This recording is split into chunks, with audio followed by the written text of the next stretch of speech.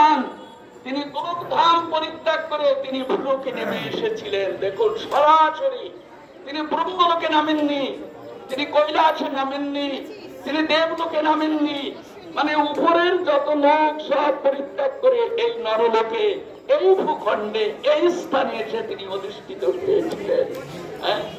তাই তিনি জগন্নাথ মিশ্রের পুত্র রূপে শচীগর্ভ সিন্ধুকে অবলম্বন করে ভগবান কারুর গর্বে আসেন। তাই তিনি শচীগর্ভ সিন্ধু মাঝে এই গঙ্গার তীরে এই নিম্ব বৃক্ষ তলে একটা 8 চালা ঘর, সেই ঘরে তিনি এসে এই 1486 খ্রিস্টাব্দে 18 মার্চ বৃহস্পতিবার ফাল্গুনী পূর্ণিমা তিথিতে তিনি গধূলিতে এইখানে এসে অবতীর্ণ হয়েছিলেন। আজ আমরা সেই স্থান দর্শন করতে পারছি। যা ব্রহ্মাদি দেবতাগণ তারা তাদের নিজ নিজ ঘর বাড়ি, নিজ স্থান পরিত্যাগ করে এইখানে এসে গড়াগড়ি করেন, আমরা সেই স্থানে আজকে এসেছি। তো মহাপ্রভু এসেছিলেন কেন? গোলকঞ্চ পরিত্যাজ্য লোকানাং ত্রাণ কারণাৎ, সমস্ত লোককে পরিত্রাণ করবেন এই মানুষে তিনি এসেছিলেন। তাই দেখুন, আজকে ব্রাহ্মণ, ক্ষত্রিয়, বৈশ্য, শূদ্র কোন জাতি ভেদাভেদ নেই।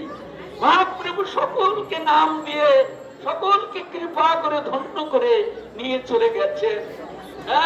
মহাপ্রভুর করুণার অবদান এমন যে আজকে তিনি কোন জাতিভেদ, কোন ধর্মভেদ, কোন কিছু ভেদ বিচার না করে বৃষ্টি যেমন বর্ষণ করে, সেই বর্ষণে নদী, নালা, খাল, বিল, পাহাড়, পর্বত কোন বিচার করে না, অযাচিত ভাবে বর্ষিত হয়। ঠিক তেমনি মহাপ্রভুর করুণার ধারা আজ অযাচিত ভাবে জগতের বুকে সকলের উপর বর্ষিত হয়েছে। যে যেমন পারে সে তেমনি আস্বাদন করে যেমন যে মহাপ্রভু। তাই আজ আমরা এই মহাপ্রভুর পদাঙ্কিত ভূমিতে এসেছি। তো এই মহাপ্রভুর আগমনের বায়ু পুরাণে দেখা যায়, মহাপ্রভু ঋষিপাদ নারদকে বলেছিলেন, নারদ তো শ্রীবাস পণ্ডিত রূপে শ্রীবাস অঙ্কন এই বাড়িটা বেঁধেছিলেন। মহাপ্রভুর সঙ্গে প্রতিজ্ঞা করে এসেছিলেন, প্রভু আমি ঘর বাঁধবো গিয়ে, তুমি যাবে তো সেখানে? নারদীয় পুরাণে বর্ণিত আছে, তুমি যাবে। মহাপ্রভু কথা দিয়েছিলেন। সেই জন্য শ্রীবাস পণ্ডিতের ঘরে তিনি নৃত্য গীত করতেন।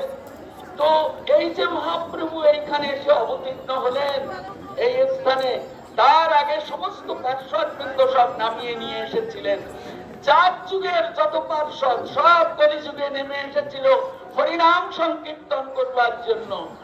এই জন্য কলিযুগে ধর্ম হয় নাম সংকীর্তন। সবার ধর্ম হলো নাম সংকীর্তন। যে নাম সংকীর্তন করে না, যে হরিনাম করে না, সে মহাপ্রভুর লোক নয়, তার কাছে যাবেন না। মহাপ্রভুর লোক যারা, তারা নেচে গেয়ে প্রাণ ভরে হরিনাম সংকীর্তন করবে, এটি ধর্ম।